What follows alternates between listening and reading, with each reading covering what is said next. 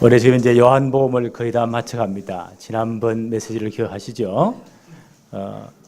창세기 3장의 주 원인, 주범이었던 사탄이 처음으로 어떤 선고를 받습니까? 하나님 뭐라고 말씀하시죠? 창세기 3장 15절에 여자의 후손이 오시면 뱀의 머리를, 네 머리를 상하게 할 것이다. 사탄은 처음부터 자기 머리가 깨어진 것을 선고받습니다. 이 사단이 뭘 제일 두려워하겠어요? 여자의 후손에 오실 메시아 그리스도 오심을 제일 두렵습니다. 왜요? 오면 지 머리가 깨지니까, 사단의 나라가 박살나니까. 그래서 구약시대 한번 보세요. 그리스도 메시아 오실 것이라고 예언한 선지자들을 끊임없이 목을 쳐 죽입니다. 그게 성경 역사잖아요. 네. 그리스도 오시면 큰일 나니까. 예수님 오실 때 한번 보세요. 동방 박사들이 별을 연구하는 사람들이잖아요. 하나님의 큰 징조를 보고 별을 따라왔잖아요. 이 양반들이 지혜가 없으니까 헤롯 궁전에 찾아가지고 유대인의 왕으로 나시니가 어디 계시냐? 헤롯이 난리 난 겁니다. 헤롯이 어떻게 얻은 왕인데 나 외에 다른 왕이 있단 말이냐? 이래가지고 보세요. 모든 율법 학자들, 바리새인들, 서기관 다 불러 모아놓고 도대체 유대의 왕으로 오실 메시아가 어디서 나시겠냐? 성경에 기록되어 있잖아요. 유대 땅 베들레헴아. 네. 너는 작정을 여기서 누가 난다고요? 그리스도가 오실 것이다 라고 예언되어 있습니다. 네. 헤롯이 눈치를 채했잖아요. 박사들에게 말하기를 가서 경배하고 나도 가서 경배해야 되니까 있는 장소를 자세히 알려달라. 이 박사들이 가서 예수님을 경배하고 천사들이 현몽하잖아요. 헤롯에게 가지 말라. 다른 길로 도망가라. 헤롯이 속은 줄 알고 얼마나 격분합니까? 이래가지고 그 시기를 딱 알아보고 그때부터 2살 이하의 남자아이들을 베들레헴 그 지역 전체 아이들을 다 죽여버립니다. 끔찍한 사건이. 사단이 이렇게 집요합니다. 그리스도 오심을 제일 싫어하는 거예요. 왜? 자기 나라가 이 머리가 깨어지니까. 마지막까지 사단이 팔아가잖아요. 그 당시 유대 나라가 로마 식민지니까 로마 정권의 힘을 빌려가지고. 그렇죠? 그 당시 그 바리새인들, 유대인들의 모든 종교적인 어떤 감정들을 다 동원해가지고 예수님을 십자가에 못 박습니다. 그러면 끝나는 줄 알고. 하나님은 그 사건을 가지고 하나님의 구속사역을 완성해버립니다. 그렇죠? 예수님 십자가에서 7마디 말을 하셨는데 마지막 말씀이 무엇이죠? 지난주 설교 기억하시죠? 다 이루었다. 하나님의 모든 구원사역을 다 이루었다. 모든 율법의 요구를 다 청산했다. 그 십자가 지신 주님이 구약 성경 전체에 예언된 메시아 그리스도라는 가장 궁극적인 마지막 결론적인 증거가 뭐냐? 오늘의 말씀입니다. 이 그리스도의 부활 사건입니다. 주님은 예언대로 십자가에 죽으셨고 성경의 예언대로 사흘 만에 부활하셨습니다. 복음이 완성된 겁니다. 그래서 주님은 지금도 살아계십니다. 우리와 함께 하십니다. 그리고 뭐 하신다고요? 이 복음의 증인되게 하십니다.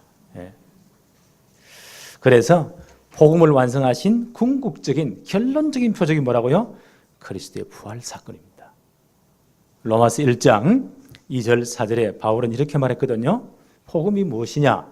이 복음은 하나님이 선지자들을 통하여 그의 아들에 관하여 성경에 미리 약속하신 것이다. 로마서 1장 3절은 그 아들에 관하여 말하면 육신으로는 다윗의 혈통으로 나셨다. 반드시 다윗의 혈통, 그 왕통으로 오셔야 돼요.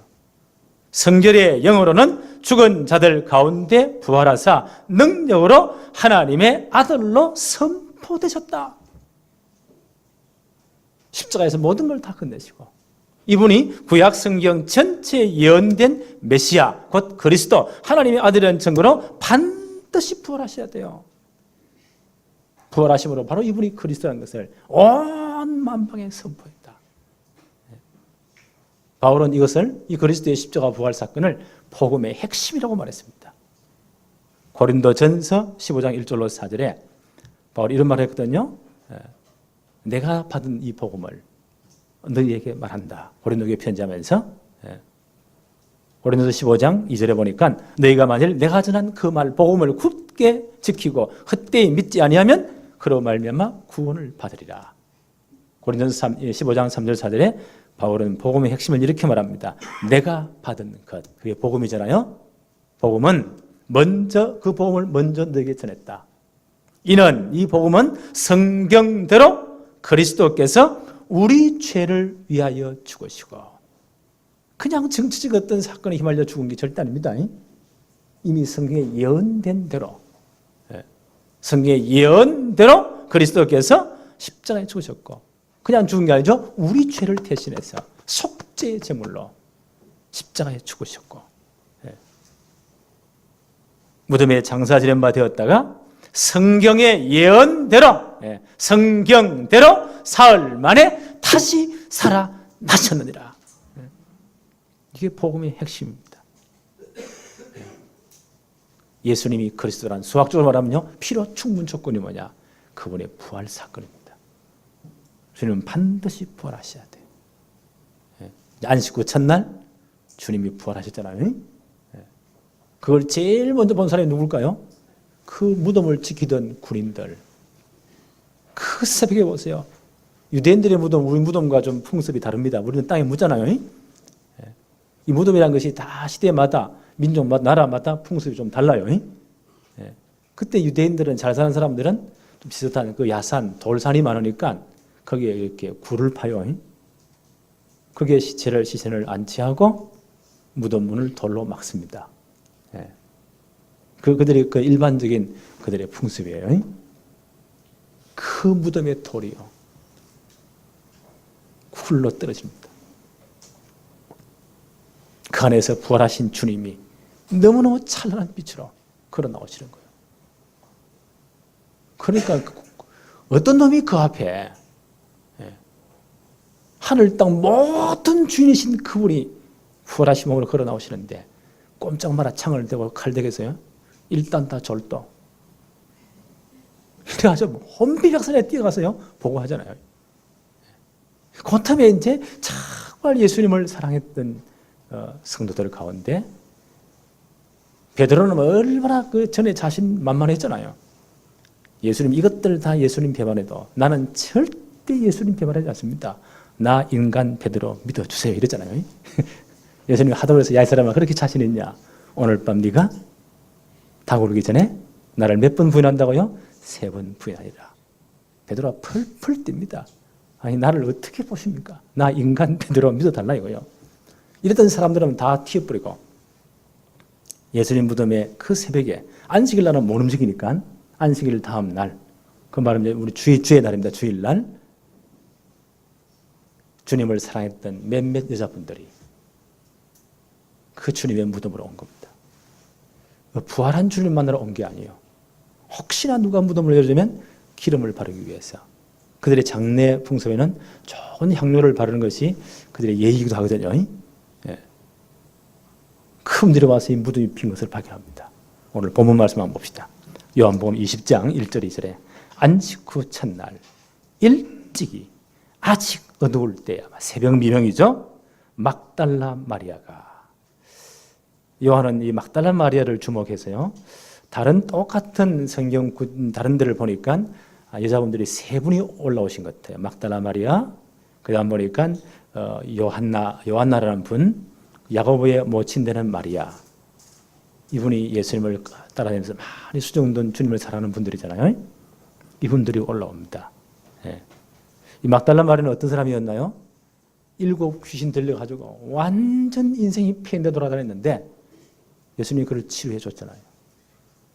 예수님을 끝까지 따라다니며 예수님을 수종던 귀한 제자입니다. 그렇죠? 중요한 일꾼이에요.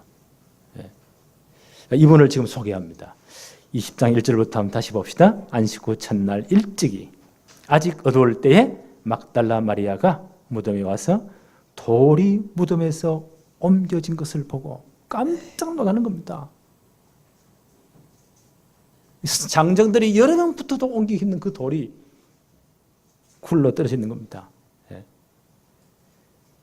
그래서 2절 한번 보세요. 시몬 베드로와 예수께서 사랑하시던 그 다른 제자에게 달려가서 말하되 사람들이 주님을 무덤에서 가져다가 어디 둔지 우리가 알지 못하겠다 하니, 무덤이 비었으니까 너무 놀라서 이 보고를 합니다. 이러니까 3절에 베드로와 그 다른 제자가 나가서 무덤으로 갈제. 이 베드로와 다른 제자는 누굴까요? 바로 요한복음을 기록한 요한입니다. 그때 아마 베드로 사도는 아마 50대 거의 가까이 되신 것 같아요. 이 요한은, 사도 요한은 20대 청년이었습니다. 자, 50대하고 20대 강원 목사하고 우리 재훈이하고 뛰면 누가 빠르겠어요? 그냥 물어만 하지. 이분들이 막 달려가는 겁니다. 요한이 먼저 도착했겠죠. 4절부터 한번 보세요. 둘이 같이 다름질 하더니 그 다른 제자가 베드로보다 더 빨리 달려갔어. 20대 청년이니까 먼저 무덤에 이르러 5절 보세요.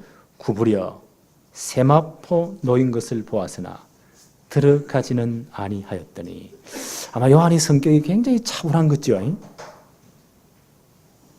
강호사 같은 막 그냥 휙 들어갈 건데 이 양반이 보니까 몸을 구부려서 안을 자세히 보았더라. 이분이 굉장히 세밀하신 것 같아요. 베드로 오기까지 기다립니다. 6절 7절 한번 봅시다. 시몬 베드로는 따라와서 이분은 얼마나 급한지 무덤으로 그냥 뛰어들어갑니다. 무덤에 들어가 보니 뭐가 놓여있다고요? 세마포가 놓였고, 우리말로 하면 수위입니다. 수위를 이렇게 세마포를 이렇게 둘을 감잖아요. 그 세마포가 그대로 놓였고, 7절에 또 머리를 샀던 수건은 세마포와 함께 놓이지 않고 딴 곳에 샀던 머리를 샀던 그대로 놓여 있더라. 이걸 누가 기록했다고요? 요한이 직접 봤잖아요. 굉장히 자세하게 그림을 사진을 보는 것처럼 기록을 했어요. 예수님이 육신에 부활하신 그 신담으로 부활하실 때에 그 몸이 어떻게 설명할 수가 없어요. 예를 들어 한번 설명해 볼까요? 좀 이따 여름이 되어지는데 얼음을 이만한 하나 샀단 말이에요. 내가 수건으로 뚫뚫 말았어. 말아서 햇빛에 위에 가만 놔뒀단 말이에요. 그럼 어떻게 녹으니까 물은 싹 빠져나가고 그 사였던 그대로 수건은 개켜 있겠죠. 마치 이런 현상대로 부활하신 주님이 이걸 어떻게 설명할 수 없어요. 육신의 몸이 부활했는데요, 전혀 신령한 몸으로 어떻게 설명할 수 없는 그 몸으로 부활해서 빠져나갔습니다. 그대로 개켜 있습니다. 이쯤 되면요, 이분들이 주님이 살아계실 때 늘 말씀하셨잖아요. 인자가 사람의 손에 넘겨올 것이다.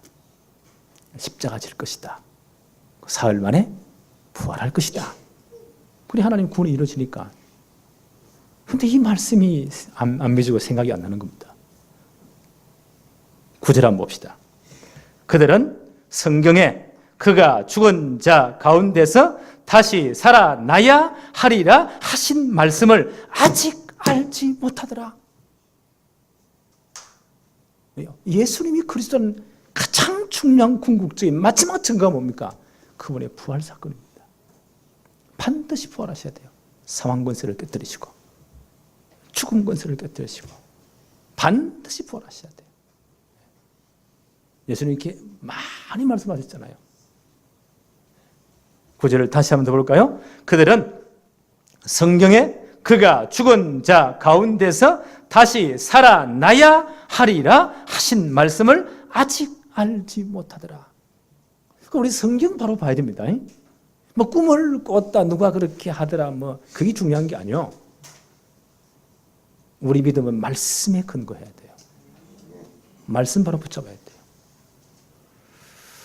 그래서 저는 목사가 설교할 때 전 성도들이요 말씀을 함께 따라가야 돼요. 우리 많이 웃고 막 눈물 흘리고 막 이러면요, 은혜 받았다. 돌아서 가지고 집에 가서 머리 흔들고 아무것도 기억 안 나. 오늘 많이 웃겼다. 그럼 큰일 납니다. 하나님의 말씀이 기억나야 돼요. 말씀 붙잡아야 돼요. 나는 우리 교회가 말씀 붙잡는 교회 되기를 바랍니다. 네. 또 이런 형식으로 끝까지 설교할 겁니다. 큰 거 기도하지 마세요. 네. 목사님 설교 재미있으려면 막 개그 코미디 보면 돼. 집에 그거 열심히 보세요. 하나님 말씀 붙잡아야 돼요. 네. 20장 11절 12절 한번 봅시다. 마리아는 무덤 밖에 서서 울고 있더니 뭐 이분이 주님 사랑하는 분인데요. 답답했어. 주님 무덤이 비었으니까 부활을 못 믿어 아직까지 못 깨달으니까 무덤 밖에 서서 울고 있더니 울면서 굽으려 무덤 안을 들여다보니 12절에 흰옷 입은 두 천사가 예수의 시체 뉘었던 곳에 하나는 머리편에 하나는 발편에 앉았더라. 놀라운 광경을 봅니다. 이쯤 되면 이분이 뭔가 좀 깨달아져야 되는데 아직 참 둔한 것 같아요. 12절 보세요. 흰옷 입은 두 천사가 예수의 시체에 누웠던 곳에 13절입니다. 13절에 천사들이 이르되 여자여 어찌하여 우느냐? 어찌하여 우느냐? 주님이 지금 부활했지 않았느냐? 어찌하여 그러냐?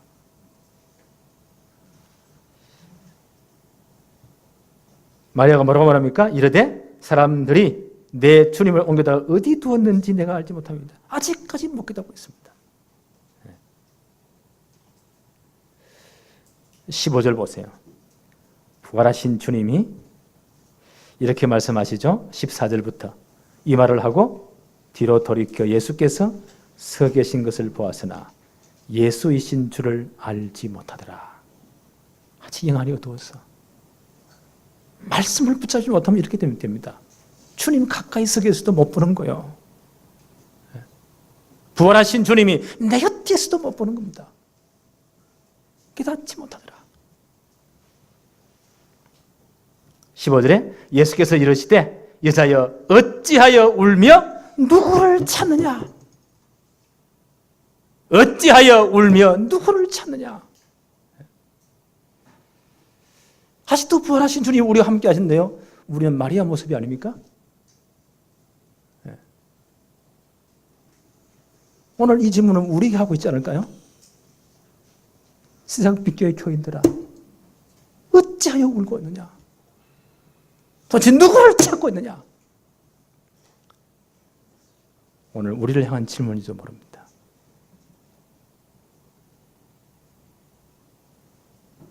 오늘 이 말씀은요, 너희들이 궁극적인 부활의 마지막 표적인 부활의 증거를 보고도 왜 울고 있느냐? 도대체 누구를 찾고 있느냐?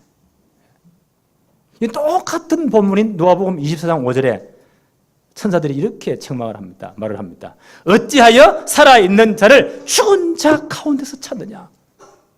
주님은 지금 살아계시잖아요. 부활하셨잖아요. 그 주님은 지금도 하늘, 땅, 모든 권세 가지고 주님 우리와 함께 하시잖아요. 어찌하여 울고 있습니까? 살아계신 주님을 왜 죽은 자 가운데 찾고 있습니까? 누가복음 24장 6절 7절에 천사들이 계속 말을 합니다. 여기 계시지 않고 살아나셨느니라. 갈릴리에 계실 때에 너희에게 어떻게 말씀하셨는지를 기억해라. 이르시기를 인자가 죄인의 손에 넘겨져 십자가에 못 박히고 제3일에 다시 살아나야 하리라 하셨느니라. 이 말씀을 왜 기억 못하느냐? 우리가 진짜 말씀 못 붙잡으면요 늘 헷갈리는 소리 합니다. 뭐 이런 말 합니다. 주님이 나와 함께 했는지 다 모르겠다 그래요. 늘 헛소리합니다. 오늘 살아있는 말씀 붙잡으시기 바랍니다. 20장 16절로 18절 계속 봅시다. 예수께서 마리아야 하시거늘. 평소에 늘 부르던 그 음성입니다. 마리아야 하시거늘. 마리아가 돌이켜 히브리 말로 라보니 하니 이런 선생님이라. 그런 뜻이죠. 17절에 이제 아마 마리아가 확 깨닫는 것 같아요. 주님이 진짜 부활하셨구나. 그때 주님 이런 말씀하십니다. 17절에 예수께서 이러시되 나를 붙들지 말아라. 좀 이상한 말씀이죠. 며칠 뒤에 한 여러부터 8일 뒤에 의심많은 도마에게 주님 나타나서 뭐라고 말씀하냐요? 네가 왜 그렇게 믿음이 없느냐? 주님 자신 창에 찔려 옆구리를 보이시면서 못 박힌 손을 보이시면서 왜요? 주님이 육신이 부활하셨으니까 그 상처 그대로인데 실내가 몸인데 그 상처를 가지고 있습니다. 이거 어떻게 설명할 수가 없어요. 도마에 분명히 이렇게 말했잖아요. 네가 그렇게 의심이 많으냐? 네 손가락을 내 옆구리에 놓아보아라. 내 못자국을 만져보아라. 그렇게 말씀하셨잖아요. 근데 여기서는요, 그렇게 주님 사랑하는 이 막달라 마리아가 누구라고요? 7 귀신 들려서 정신없이 돌아다니는 여자입니다. 형편없는 여자입니다. 그를 예수님이 치유해 주었잖아요. 그로부터 마리아가 얼마나 주님을 사랑하고 주님을 수종들었습니까? 큰 무덤에 남자들은 다 튀어버려도요, 끝까지 무덤 찾아서 울고 있던 분이 누굽니까? 막달라 마리아 아니요.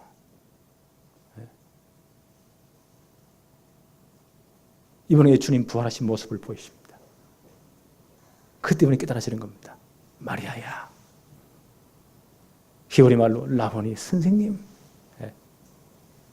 얼마나 반가웠으면 주님 발을 끌어놨겠죠. 근데 주님이 우리가 보기에는 너무 매정하다시피 이런 말씀을 하세요. 17절에 예수께서 이러시되 나를 붙들지 말라. 영어성에 보니까 Don't touch me. 붙들지 마.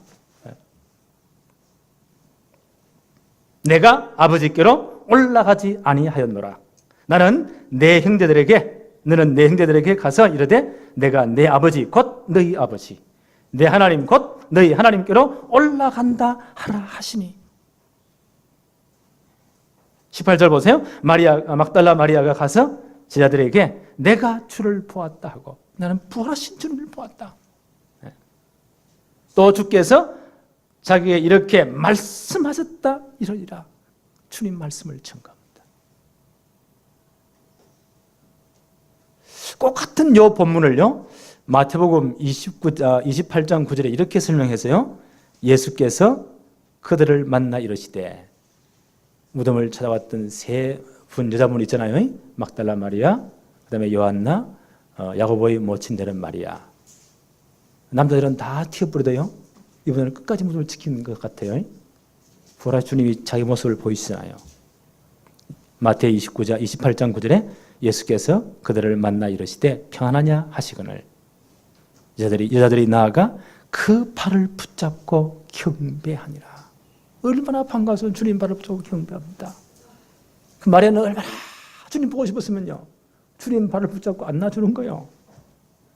주님께서 나를 붙잡지 말아라. 그보다 뭐요? 말씀을 들어 붙잡아라. 내가 말씀한 그대로 부활했다고 가서 전해라.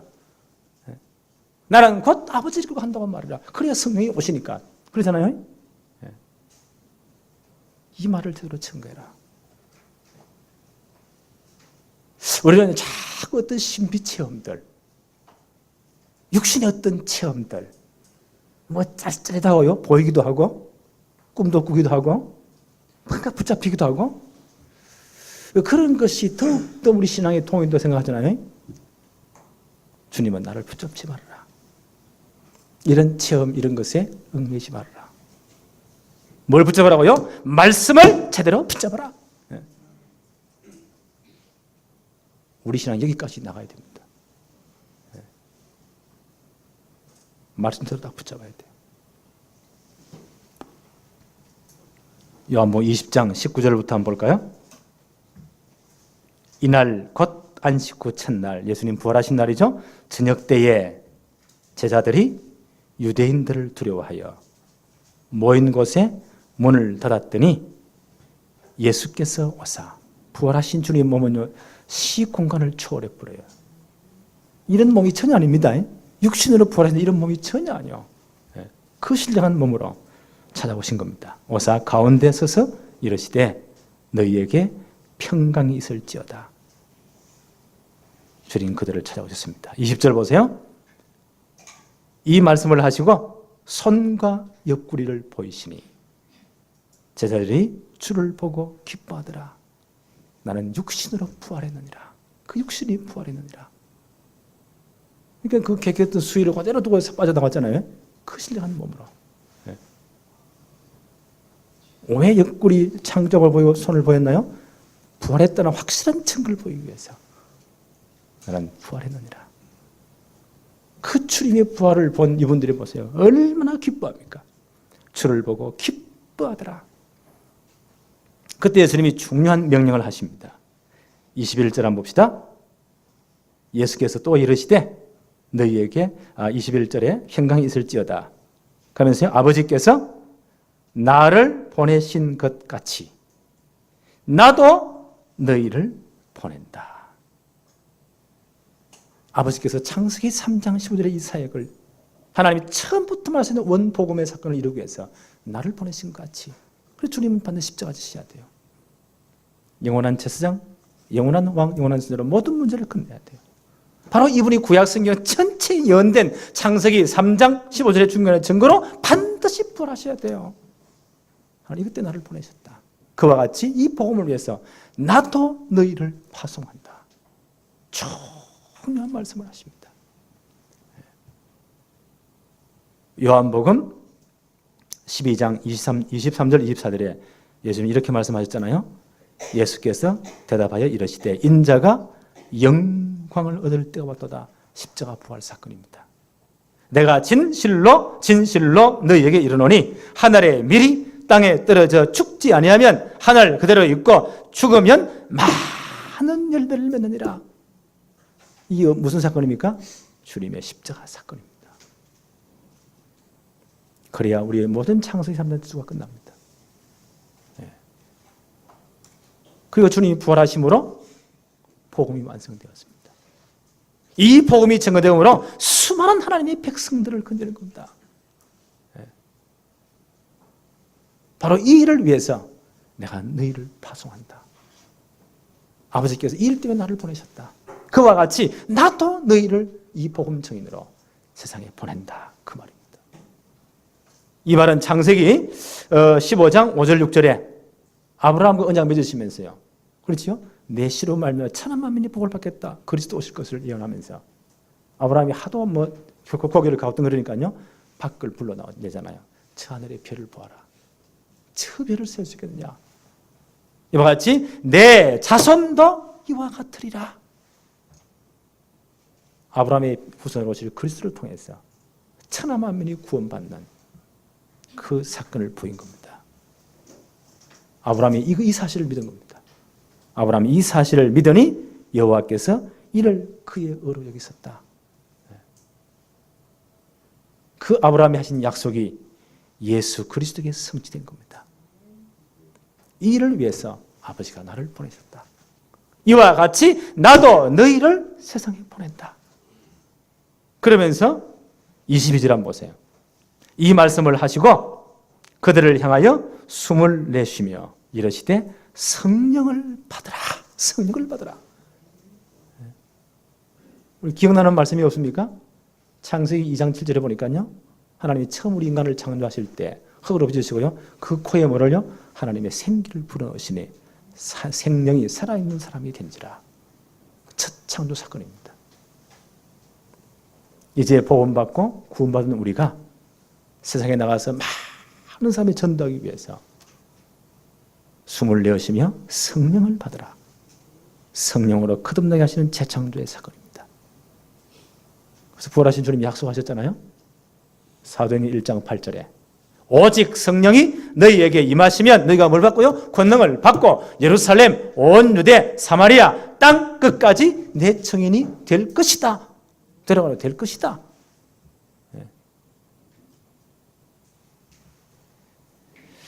그러시면서 중요한 말씀을 하십니다. 28절에 너희가 누구의 죄든지 사하면 사하여질 것이요 누구의 죄든지 그대로 두면 그대로 있으리라 하시니라.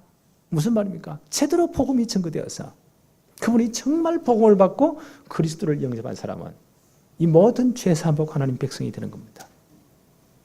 복음을 받지 않으면 그 죄 때문에, 그렇죠. 원래 창세기 3장 9절에 다 태어났잖아요.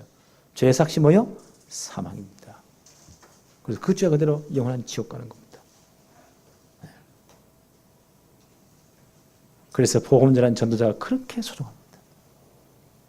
우리가 제대로 복음 전해서 그 사람이 진짜 복음 받고 또 하나님 백성 되면 모든 죄가 끝나버립니다. 그렇죠? 하나님의 전 하나님 백성 되어버립니다. 만약 복음을 전가하지 않으면 그들은 그 죄에 그대로 있는 겁니다. 영원한 지옥입니다. 전도자의 삶이 이렇게 큰 겁니다.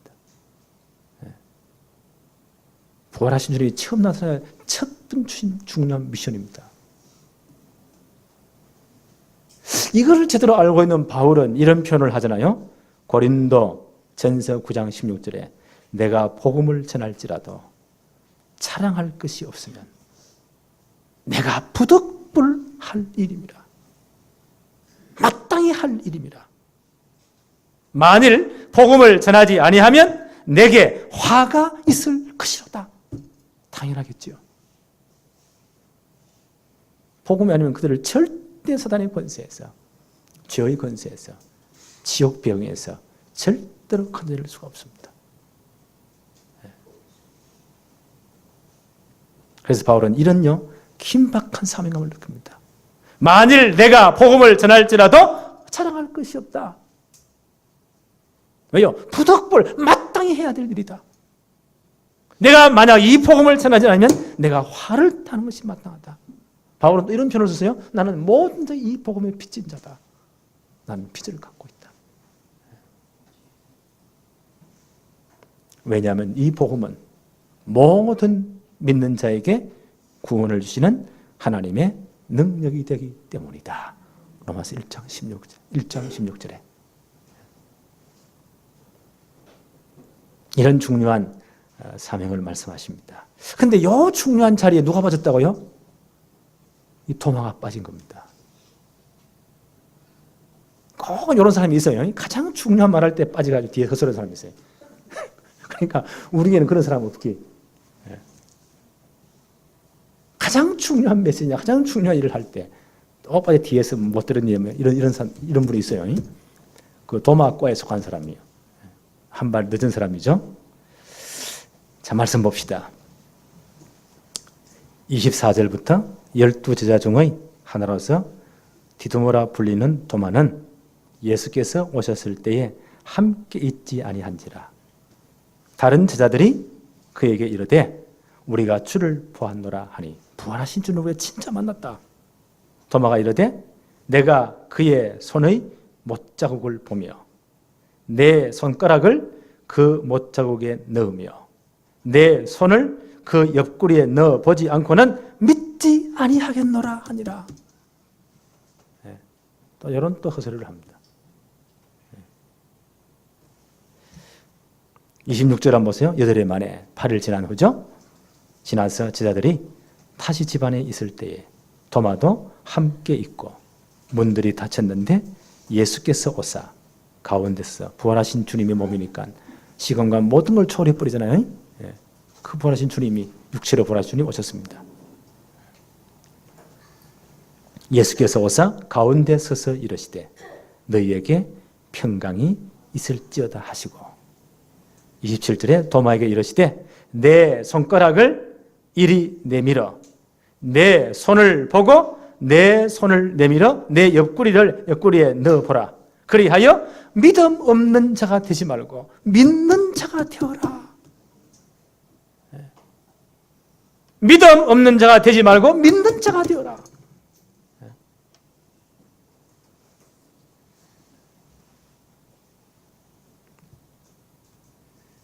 주님 이렇게 책망하십니다.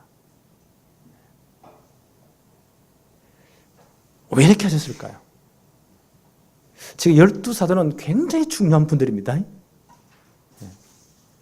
유다는 하나 이제 각골 제길로 갔고요. 나중에 이제 사도들의 회의에서 마떼를 뽑지요. 12수를 채웁니다. 초대교회 12사도는 굉장히 중요한 분이에요. 사도가 되기 위한 가장 중요한 조건을 예수님을 가장 가까이에서 늘 안겨있는 분이 누구였죠? 예수님 나이 20대였던 요한입니다. 성만찬 그림 보셨죠? 예수님 곁에 삐딱하게 기대가지고 불량한 자세로 있는 그분이 누구죠? 그분이 사도 요한이요. 20대. 주님 품에 늘 안겨있는. 그러니까 주님을 가장 많이 느끼고 체험하신 분이잖아요. 이분이 요한 1서 1장 1절 이렇게 말했어요. 태초에 있는 생명의 말씀에 관하여는 주님이 태초부터 말씀으로 계신 하나님이시잖아요. 그렇죠? 그래서 태초에 있는 생명의 말씀에 관하여는 우리가 들은 바요. 그 주님 말씀을 들었다면 눈으로 본 바요. 직접 보았고 자세히 보고 우리 손으로 만진 바라. 사도의 특징이 뭐냐? 주님을 직접 체험해야 돼요. 주님이 살아계실 때 따라다녀야 되고 주님 말씀을 직접 들어야 되고 주님의 역사를 직접 봐야 되고 주님을 보고 만진 분들입니다. 그 똑같이 이런 감격으로 주님의 부활을 체험해야 돼요. 그게 사도들입니다. 십자가 부활의 증인들입니다. 왜 사도가 중요합니까? 에베소 2장 20절에 보니까 너희는 초대 교회를 두고 하는 말이죠. 구체 에베소 교회를 두고 하는 말입니다. 너희는 사도들과 선지자들의 터 위에 세우심을 입은 자라. 그리스도 예수께서 친히 모퉁이 돌이 되셨느니라. 신약 교회가 누구의 터 위에 세워진다고요? 사도들의 신앙 고백 위에 세워져요. 다시 한번 잘 보세요. 굉장히 중요한 구절입니다. 에베소 2장 20절에 너희는 에베소 교회를 두고 한 말이고 모든 신약 교회를 두고 한 말입니다. 사도들과 선지자들의 터 위에 세우심을 입은 자라. 마태복음 16장 16절이 기억나시죠? 베드로의 신앙 고백. 주는 그리스도시요 살아계신 하나님의 아들이십니다. 그때 주님이 뭐라고 축복하셨냐? 너는 베드로다. 사도행전 16장 18절에 너는 베드로. 베드로가 뭐요? 큰 반석. 절대로 넘어지지 않는, 무너지지 않는, 흔들리지 않는 큰 반석이다. 너는 베드로다. 내가 이 신앙 고백 위에 너의 신앙 고백 이 반석같이 만들어서 이 신앙 고백 위에 내 교회를 세우리라. 신약 교회의 틀을 세우리라. 그래서 이 사도들의 신앙 고백은 너무 중요합니다. 사도들은 주님을 직접 봐야 됩니다. 그렇죠? 주님 말씀 직접 들어야 돼요. 주님의 모든 색을 직접 봐야 돼요. 주님을 직접 만져봐야 돼요. 그와 같이 부활을 체험해야 돼요. 그 신앙 고백 위에 신약 교회가 세워지는 겁니다. 그래서요, 이 도마에게 주님이 끝까지 추적하시면서 나타나서 내 손을 만져보아라. 내 옆구리에 네 손가락을 넣어서 직접 확인해 봐라. 그리고 믿음 없는 자와 믿는 자가 되어라. 왜요? 이 신앙 고백에 주님의 교회가 세워지니까. 모퉁이 돌이 누구시라고요? 바로 그리스도가 모퉁이 돌, 주춧돌이 된 겁니다.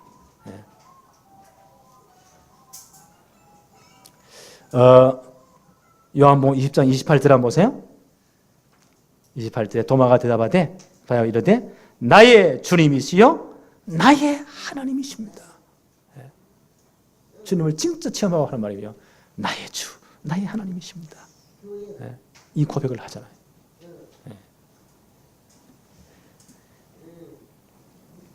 29절 한번 봅시다. 예수께서 이러시되 너는 나를 본 고로 믿느냐. 도마에 하신 말씀입니다.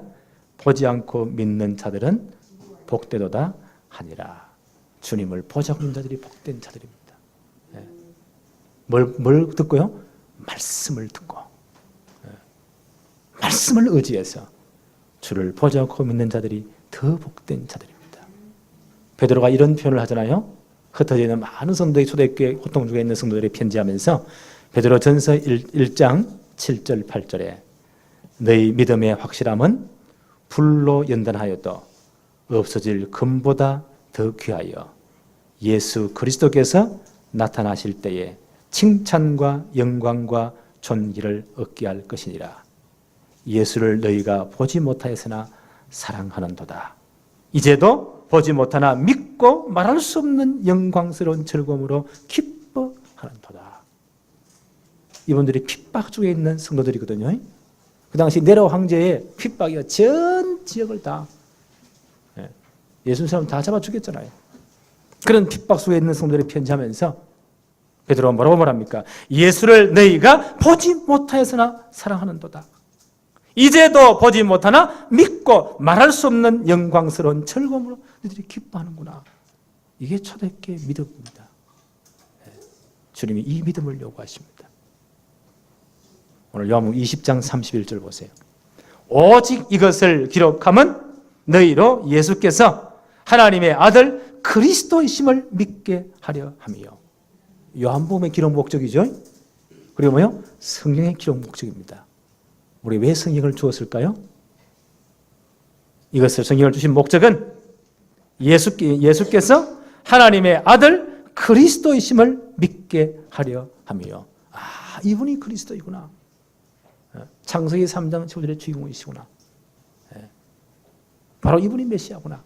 이 사실을 믿게 하려 하며 또 너로 믿고 그 이름을 힘입어 생명을 얻게 하려 함이니라. 오늘 이 말씀대로 막 붙잡아야 돼요. 그래서 우리는 체험보다 뭘요? 말씀을 붙잡아야 돼요.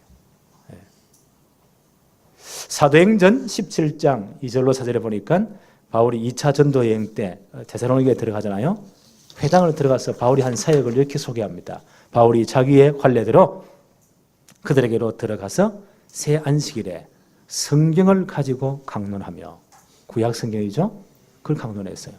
뜻을 풀어 그리스도가 해를 받고 죽은 자 가운데서 다시 살아나야 할 것을 증언하고.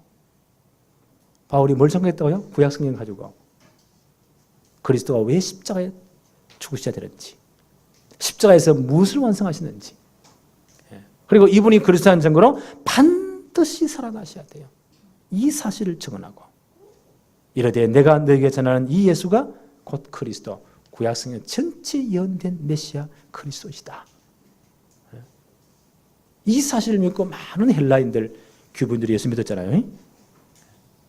바울은 이렇게 말합니다. 로마서 10장 17절에 그러므로 믿음은 들음에서 나며 들음은 그리스도의 말씀으로 말미암았느니라.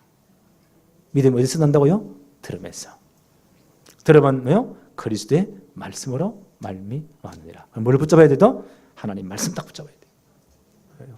믿음이 들음에서. 들음은 그리스도의 말씀으로 나니까 말씀 붙잡아야 돼요. 그래서 바울은 이렇게 말합니다. 로마서 10장 14절 15절에 그런즉 그들이 믿지 아니하는 이를 어찌 부르리요? 듣지도 못한 이를 어찌 믿으리요? 전파하는 자가 없이 어찌 들으리요? 보내심을 받지 아니하였으면 어찌 전파하리요? 기록된 바 아름답도다 좋은 소식을 전하는 자들의 발이여 함과 같으니라. 그렇죠. 우리가 복음을 안 듣는데 어찌 믿겠습니까? 또 한 걸음 나가서 복음을 전해주는 자가 없는데 어찌 복음을 듣겠냐 말이에요. 보내는 분이 없는데 어떻게 보내심 받겠냐고요. 주님이 우리를 보내십니다. 오늘 주님 제자들에게 처음 나타나서 뭐라고 말씀하시죠? 아버지께서 나를 보내신 것 같이 나도 너희를 보낸다. 성령을 받으라. 오늘 기도하세요. 내게 성령 충만 주십시오. 요즘 권능 주게 되어 있습니다. 증인들이 할 것이다. 우리가 복음 전해서 그들이 진짜 복음 받으면 모든 죄 사함 하나님 백성의 판결에 들었습니다. 그대로 놔두면 영원한 죄로 죽습니다. 우리의 삶이 이만큼 큰 겁니다. 이 복음을 듣지 못하는데 어떻게 믿겠느냐? 믿음은 들음에서, 들음은 그리스도의 말씀으로 말미암으리라. 정확한 복음 말해주셔야 돼요. 그래서 뭐라고 말합니까? 아름답도다 좋은 소식을 전하는 자들의 발이여 함과 같으니라. 주님이 가장 교회 보는 사람, 복음 전하는 자들입니다. 전도자들입니다. 그렇죠? 말씀 전하는 자들이요.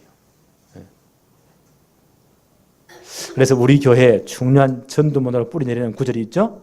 사도행전 13장 48절 뭡니까? 영생을 주시기로 작정된 자는 다 믿더라. 우리 집 여러분들이 반드시 있습니다. 그 사람 머리에 뭐 작정된 자 써놨습니까? 안 써놨잖아요. 그래서 우리가 기도하는 겁니다. 기도할 때 하나님 우리 생각과 마음 지키기 때문에 늘 말씀드렸습니다. 우리 주에 10분 이내에 늘 보는 사람이죠. 기도하면서 한번 생각해 보세요. 내 마음속에 성령이 감동하십니다. 이 사람은 반드시 예수 믿어야 되는데, 그렇죠? 저 가문의 저주에서, 저 엄청난 질병에서 진짜 빠져나와야 되는데, 이런 분들이 있어요. 이름 한번 적어보세요. 30분 이내에 일주일에 3번 보는 사람이죠. 기도하면서 성령이 딱 감동을 줍니다. 이 사람 예수 믿어야 되는데 한번 적어보세요. 1시간 이내에, 여기까지만 합시다. 1시간 이내에 한 달에 한 3번 보는 사람이죠. 멀리 갈 필요 없이 이름 한번 적어보세요. 꽤 나올 겁니다. 기도하면서. 왜요? 기도할 때 너희 생각과 마음을 지킨다고 했으니까. 그러놓고요, 하루에 한 번씩 한번 기도해 보세요. 그걸 뭐라고요? 기도로 하는 전도 캠프, 기도로 하는 전도 신방. 제가 한 몇십 분 말했을 겁니다. 우리 성도들이 다 할 때까지 계속 말할 겁니다. 진짜 한번 해보세요. 그분에게 어떤 시간표가 있다고요? 작정된 시간표가 있습니다. 하나님 그때 그의 모든 마음 환경을 딱 변화시키십니다.